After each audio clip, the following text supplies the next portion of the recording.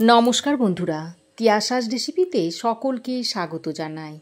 আজ আমাদের রেসিপি হলো তড়কা। আমরা তো সাধারণত তড়কার ডাল দিয়ে তড়কা বানিয়ে থাকি, তবে আজ আমি একদম নতুনভাবে মুসুর ডাল দিয়ে আপনাদের তড়কাটা বানিয়ে দেখাবো।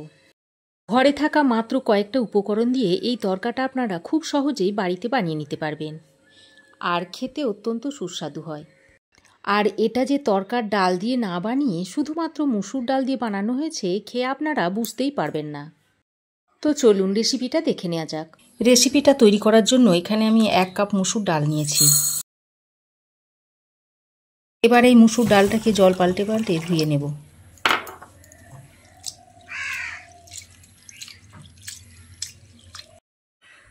মুসুর ডালটাকে 3-4 বার জল পাল্টে পাল্টে ভালো করে ধুয়ে নিয়েছি। এবার এটাকে এক সাইডে সরিয়ে রেখে এখন একটা বাটির মধ্যে 2টো ডিম ভেঙে নিচ্ছি।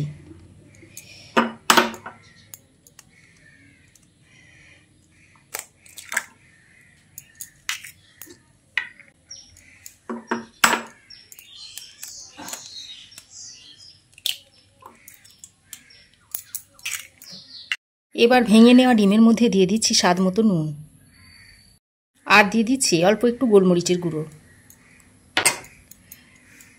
তারপর নুন আর গোলমরিচের গুঁড়োটা দিয়ে ডিমটাকে ভালো করে ফেটিয়ে নিচ্ছি।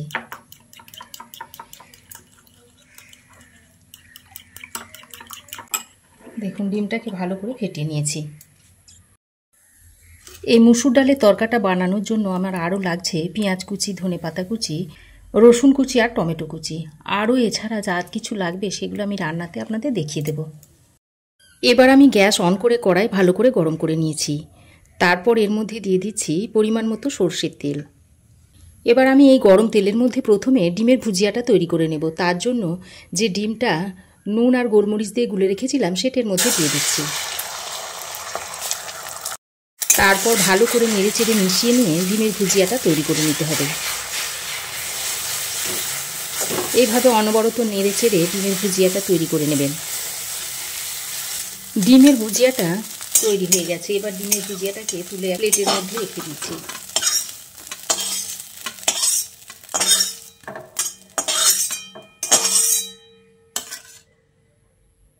ডিমের ভুজিয়া তুলে নিয়ে এখন এই কড়াইয়ের মধ্যে আরও পরিমাণ মতো একটু সর্ষের তেল দিয়ে দিচ্ছি।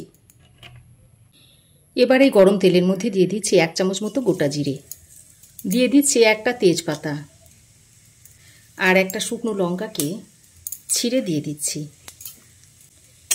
এবার ফোড়নটাকে কিছুক্ষণ ভেজে নিতে হবে। তো ফোড়ন কিছুক্ষণ ভেজে নিয়ে এবার এর মধ্যে দিয়ে দিচ্ছি কুচিয়ে নেওয়া পেঁয়াজ।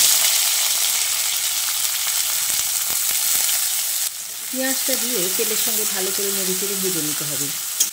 পেঁয়াজের মধ্যে যতক্ষণ না একটা ব্রাউন কালার চলে না আসছে ততক্ষণ পর্যন্ত পেঁয়াজটাকে এভাবে ভেজে নেব। পেঁয়াজটাকে হালকা বাদামি করে ভেজে নিয়েছি। এবার এর মধ্যে দিয়ে দিচ্ছি 1 চামচ আদা ও রসুনের পেস্ট। এখানে আদা ও রসুন একসঙ্গে করে বাটা আছে। আদা ও রসুনটা দিয়ে পেঁয়াজের সঙ্গে খুব ভালো করে ভেজে নিতে হবে। যতক্ষণ না আদা ও রসুনের কাঁচা গন্ধটা চলে না যাচ্ছে ততক্ষণ পেঁয়াজের সঙ্গে আদা রসুনটাকে ভেজে নিতে হবে।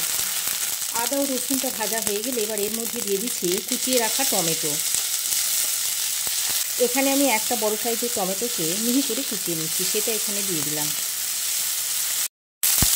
টমেটোটা যাতে তাড়াতাড়ি সফট হয়ে আসে সেই জন্য সামান্য পরিমাণে নুন দিয়ে দিলাম।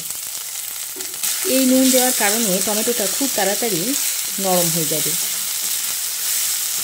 নুনটা দিয়ে টমেটোর সঙ্গে ভালো করে নেড়েচেড়ে মিশিয়ে টমেটোটাকে খুব ভালো করে ভেজে নিতে হবে। দেখুন টমেটো বেশ কিছুক্ষণ ভালো করে নেড়েচেড়ে ভেজে নিয়েছি, আর টমেটোটা দেখুন বেশ অনেকটাই নরম হয়ে গেছে। এবার এই পর্যায়ে এর মধ্যে কিছু গুঁড়ো মশলা দিয়ে দিচ্ছি। দিয়ে দিচ্ছি 1/2 চামচ মতো হলুদ গুঁড়ো, 1/2 চামচ দিয়ে দিচ্ছি জিরে গুঁড়ো, 1/2 চামচ দিয়ে দিচ্ছি ধনে গুঁড়ো, 1/2 চামচের থেকে একটু কম দিয়ে দিচ্ছি ঝাল লঙ্কার গুঁড়ো, দিয়ে দিচ্ছি 2টো চেরা কাঁচা লঙ্কা। এবার সামান্য পরিমাণে জল দিয়ে মশলাটাকে খুব ভালো করে কষিয়ে নিতে হবে। দেখুন মশলা খুব ভালোভাবে কষানো হয়ে গেছে, আর মশলা থেকে তেল ছাড়তেও শুরু করেছে। এবার এই পর্যায়ে ধুয়ে রাখা মুসুর ডালটা দিয়ে দিচ্ছি।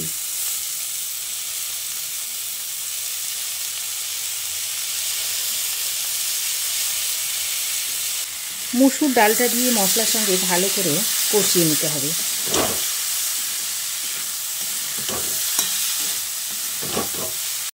প্রায় 2-3 মিনিট সময় ধরে মুসুর ডালটাকে মশলার সঙ্গে খুব ভালো করে কষিয়ে নিয়েছি। এবার এর মধ্যে দিয়ে দিচ্ছি পরিমাণ মতো জল, আর স্বাদ মতো নুন দিয়ে দিচ্ছি। আর এখানে জলটা এমনভাবে দিতে হবে যেন ডালটা খুব ভালোভাবে সেদ্ধ হয়ে যায়, অথচ ডালটা গলে না যায়। জলটা দিয়ে ডালের সঙ্গে খুব ভালো করে নেড়েচেড়ে মিশিয়ে নিচ্ছি। এবার গ্যাসের ফ্লেমটাকে হাইতে করে ঢাকা দিয়ে ডালটাকে ভালোভাবে সেদ্ধ করে নিতে হবে। তো দেখুন 5-6 মিনিট ঢাকা দিয়ে ডালটাকে আমি সেদ্ধ করে নিয়েছি। আর যে পরিমাণ জল দিয়েছি তাতে আমার ডালটা দেখুন ভালোভাবে সেদ্ধ হয়ে গেছে। দেখুন ডাল সেদ্ধ হয়েছে কিন্তু গলে যায়নি, ঠিক এইরকম রাখতে হবে। এবার আমি এর মধ্যে ডিমের ভুজিয়াটা দিয়ে দিচ্ছি।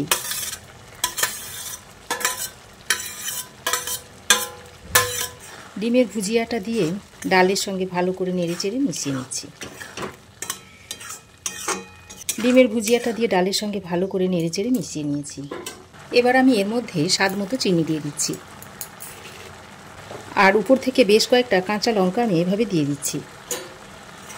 তারপর আবারও ভালো করে নেড়েচেড়ে মিশিয়ে নিচ্ছি। এবার এই তরকাটা এদিকে ততক্ষণে হতে থাক, আর আমি ওদিকে ততক্ষণে একটা তরকা প্যানের মধ্যে দিয়ে দিচ্ছি 1 চামচ মতো ঘি।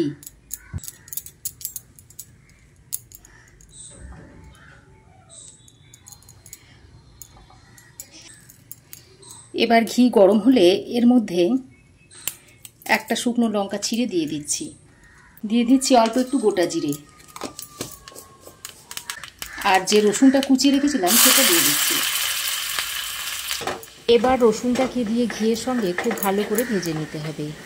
আর এইভাবে ভাজতে ভাজতে দেখবেন রসুনের মধ্যে একটা ব্রাউন কালার চলে আসবে, আর তখনই নামিয়ে নিতে হবে। দেখুন রসুন ব্রাউন করে ভেজে নিয়েছি। এবার গ্যাসের ফ্লেমটা বন্ধ করে দিয়ে এর মধ্যে কালারের জন্য দিয়ে দিচ্ছি একটু কাশ্মীরি লঙ্কার গুঁড়ো। তারপর এটাকে ভালো করে নেড়েচেড়ে মিশিয়ে নিচ্ছি। এবার এদিকে যে ডালটা হচ্ছিল তার উপরে তরকাটাকে এইভাবে ঢেলে দিচ্ছি।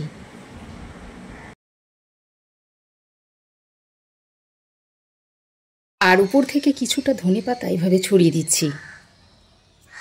এবার এই তরকাটা দিয়ে ভালো করে নেড়েচেড়ে মিশিয়ে নিতে হবে। তরকাটা ভালো করে নেড়েচেড়ে মিশিয়ে নিয়ে পরিবেশন করার জন্য একেবারে রেডি হয়ে যাবে। এটা আপনারা রুটি, লুচি, পরোটা, এমনকি ভাতের সঙ্গেও খেতে পারবেন।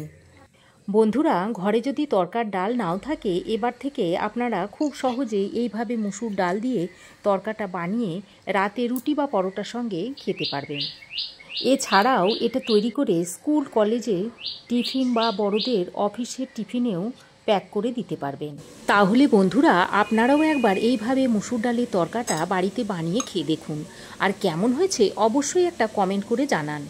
আর রেসিপি যদি ভালো লাগে তো অবশ্যই একটা লাইক ও শেয়ার করবেন। পাশে থাকা বেল আইকনটা অবশ্যই প্রেস করে দেবেন। আর আমার চ্যানেলে যদি নতুন হয়ে থাকেন তো চ্যানেলটাকে প্লিজ সাবস্ক্রাইব করার অনুরোধ রইল।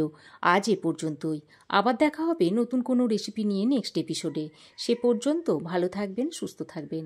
ধন্যবাদ।